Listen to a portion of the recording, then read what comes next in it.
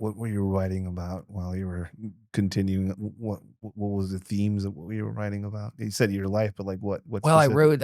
I was a restaurant cook, right? I wrote this one story about, I worked at this diner called Third Street Diner. It was a 24-hour diner, and crazy people used to come in there, right?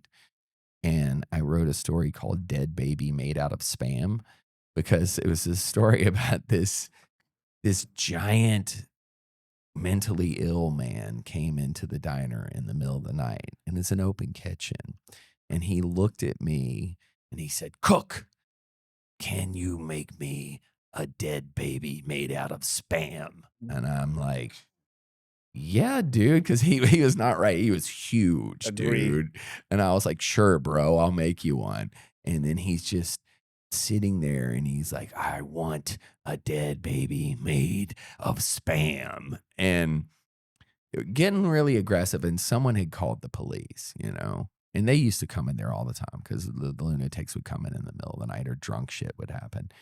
So these 2 cops come in, and this one little cop comes up to the guy. He's like, "Excuse me, sir, you're gonna have to leave," you know?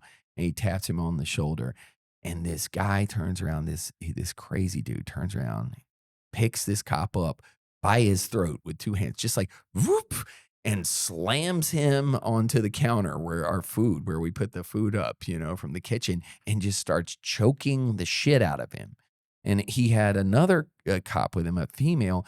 She jumped on the guy, and, he wound up he was choking the one cop with one hand and punched this chick with the other hand, and she falls back.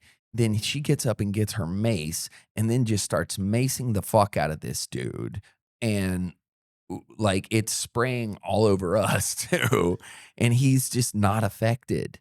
So it took another cop and then me and Billy, this guy who was cooking with me. We jumped up. I remember jumping on top of the bar and taking the meat tenderizer, you know, that you Yeah, the tenderize hammer. your meat, Yeah. and looping it over his neck and pulling back to try and keep him from killing this cop, you know? And eventually, like 5 of us got him down and they got handcuffs on him, you know? But it was stories like that, just crazy shit that had happened.